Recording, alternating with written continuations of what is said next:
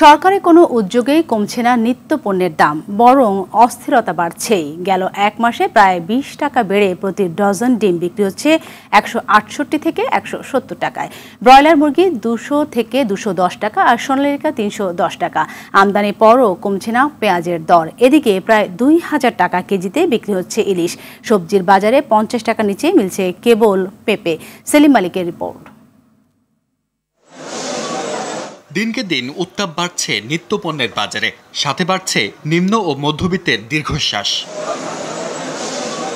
কয়েকদিন আগেও ডজন প্রতি যে ডিম মিলত 150 টাকায়, সেটি এখন 20 টাকা বাড়তি। এই সপ্তাহে ডিম এসেছে 56 টাকা হালি লাল ডিম, সাদা ডিম 55 টাকা, ডজন 168 টাকা লালটা, আর সাদা ডিম হলো 165 টাকা। কাজী আফতাব, ফিনিক্স, প্যারাগন এরা হলো অতিথিবাগ, এদের জন্য ছোটখাটো অনেক ব্যবসায়ী পথে বসে গেছে। ব্রয়লার মুরগি তো নাভিশ্বাস মধ্যবিত্তের, আর সোনালিকা মুরগি চলে যাচ্ছে ধরাছোঁয়ার বাইরে। ব্রয়লার ছিল 190, আজকে 210, আর সোনালি ছিল 280, আজকে হলো 300, 310।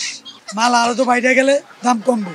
দুদিনে প্রায় দ্বিগুণ দাম মরিচের, বেশিরভাগ সবজি 100 টাকা ছুঁই ছুঁই। পরশুদিন 150 টাকা ছিল মুচ্ছের দাম, কালকেও 250, আজকেও 250। লম্বা বেগুন 100 টাকা, সিসিঙ্গা 70 টাকা, পটল 60 টাকা, ভেন্ডি 80 টাকা।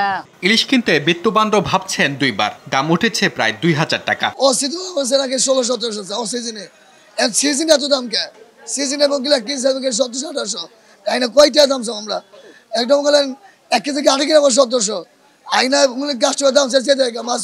আমদানির পরও 1 টাকা কমেনি পেঁয়াজের দর। পেঁয়াজের দাম কম হলো বাড়ে, ছোট পেঁয়াজ 115 টাকা, বড় পেঁয়াজ বাসা এগুলো 120 টাকা।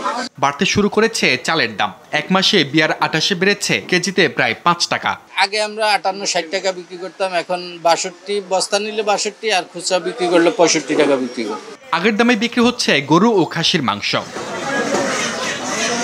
সেলিম মালিক, RTV, ঢাকা।